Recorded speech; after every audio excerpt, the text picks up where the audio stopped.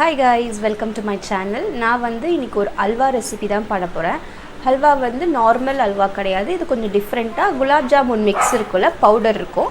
So அதை வச்சு தான் பண்ண போறேன். சோ எப்படி பண்றது நான் காட்றேன். இப்போ ஒரு panல நான் என்ன பண்ணிருக்கேன், குலாப் ஜாமுன் மிக்ஸ் எடுத்துர்க்கேன். 1 கப் தான் எடுத்துர்க்கேன். சோ இப்போ ஸ்டவ் நான் ஆன் பண்ணல. 1 கப் குலாப் ஜாமுன் மிக்ஸ் போட்டுருக்கேன். அதே 1 கப்ல நான் சர்க்கரையும் அளந்து போட போறேன்.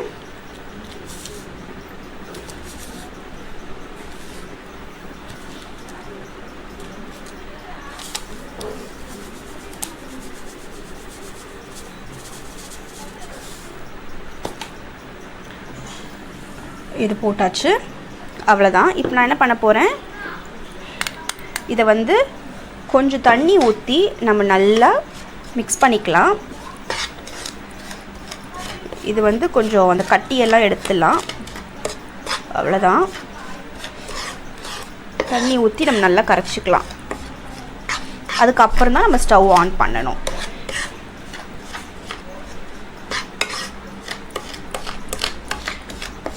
சக்கரை வேணா கொஞ்சம் கம்மியா கூட போட்டுக்கலாம். சோ நான் 1 கப்னால 1 கப் ஈக்குவலா வச்சிருக்கேன்.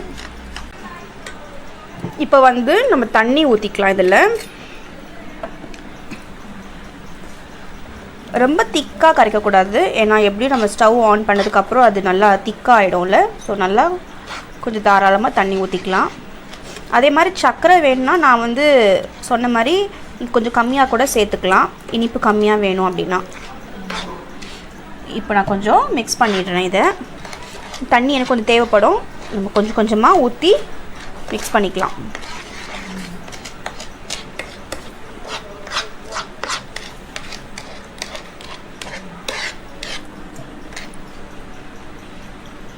ஏன்னா எப்படியும் இறுகிடும். ஸ்டவ் ஆன் பண்ணோம்னா கண்டிப்பா இறுகிடும். அதனால கொஞ்சம் தாராளமா தண்ணி ஊத்திடலாம்.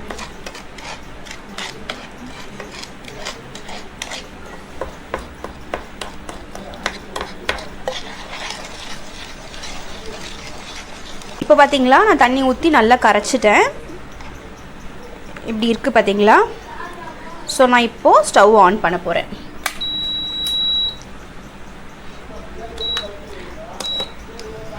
இப்போ நம்ம ஸ்டவ் ஆன் பண்ணிட்டு நல்லா mix பண்ண வேண்டியதுதான். அவ்வளவுதான். கொஞ்சம் விடாம mix பண்ணிட்டே இருக்கணும்.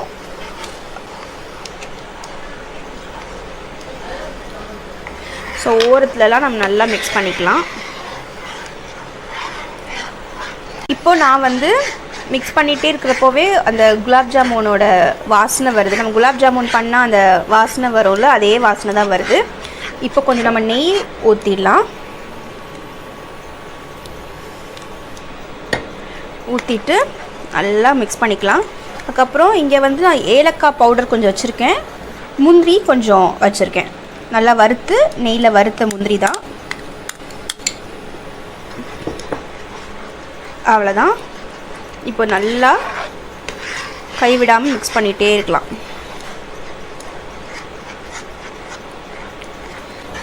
நெய் கொஞ்சம் ஊத்திக்கலாம். அவ்வளவுதான்.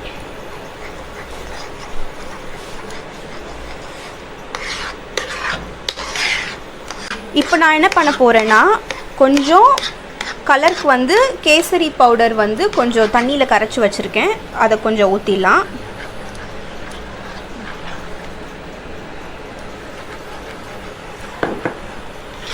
அவ்வளவுதான்.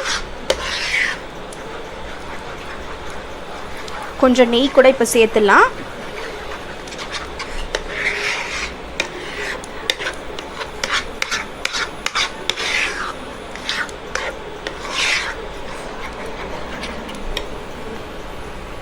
போதும், நெய் போதும்.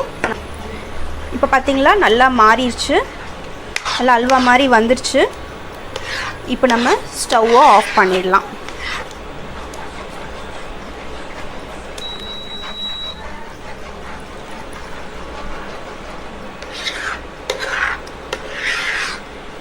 இப்போ நான் அல்வா ரெடி பண்ணிட்டேன். பாருங்க, ஒரு பவுல்ல மாத்திட்டேன்.